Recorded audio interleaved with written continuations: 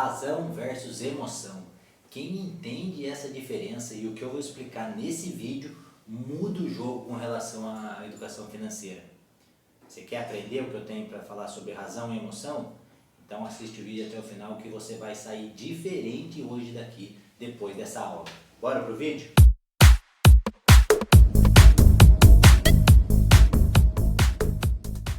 Olá pessoal, tudo bem? Bem-vindos mais uma vez ao canal Grana Certa. Meu nome é João Paulo Santana e eu sou educador financeiro. E no vídeo de hoje a gente vai falar sobre razão versus emoção. E o que isso tem a ver com dinheiro? O que isso tem a ver com finanças? O que isso tem a ver com os meus gastos? Cara, tudo.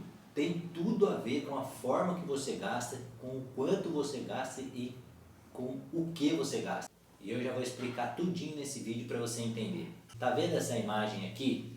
Uma pessoa em cima de um elefante. Essa imagem representa muito claramente o que é a razão tentando controlar a emoção.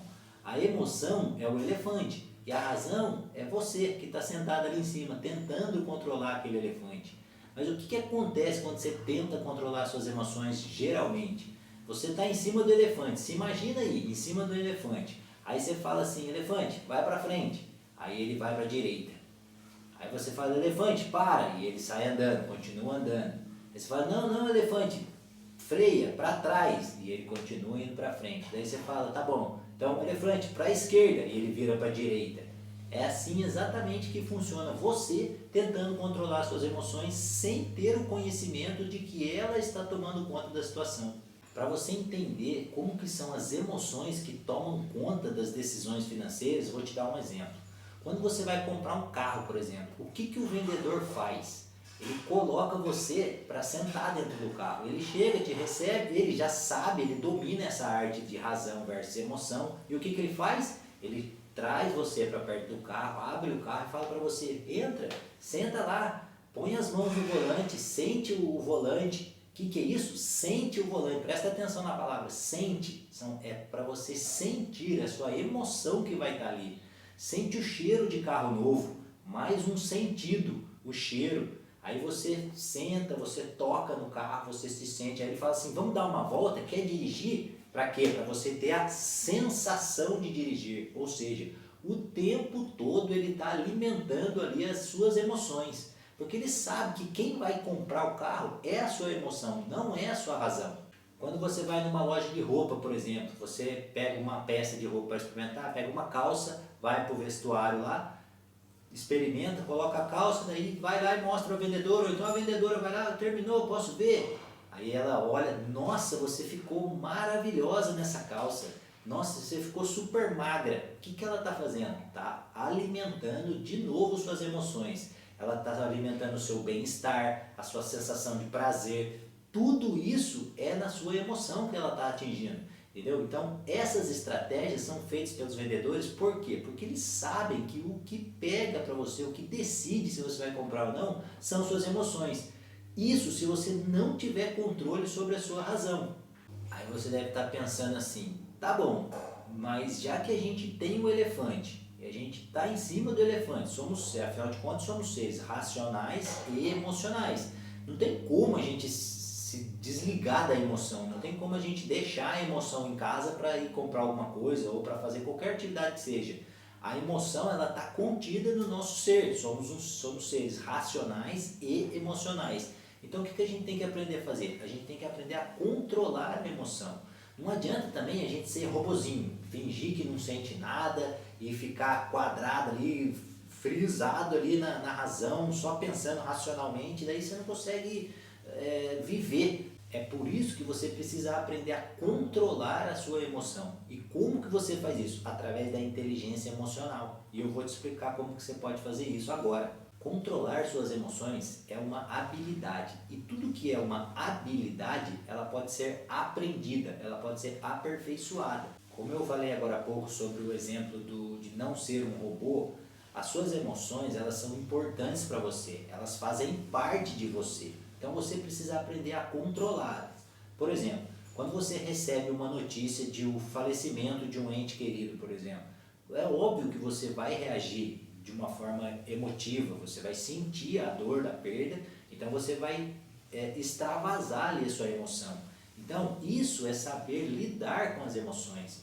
Você não precisa cortá-las de fato, definitivamente da sua vida, até porque você não vai conseguir. E aí você vai, se você fizer isso, você vai ficar como se fosse um robô. Então você tem que aprender a controlar as emoções da seguinte forma. Para ilustrar aqui basicamente o que você precisa fazer para controlar essa emoção, eu vou ler para você uma frase de Daniel Goleman, um dos papas aí do controle emocional.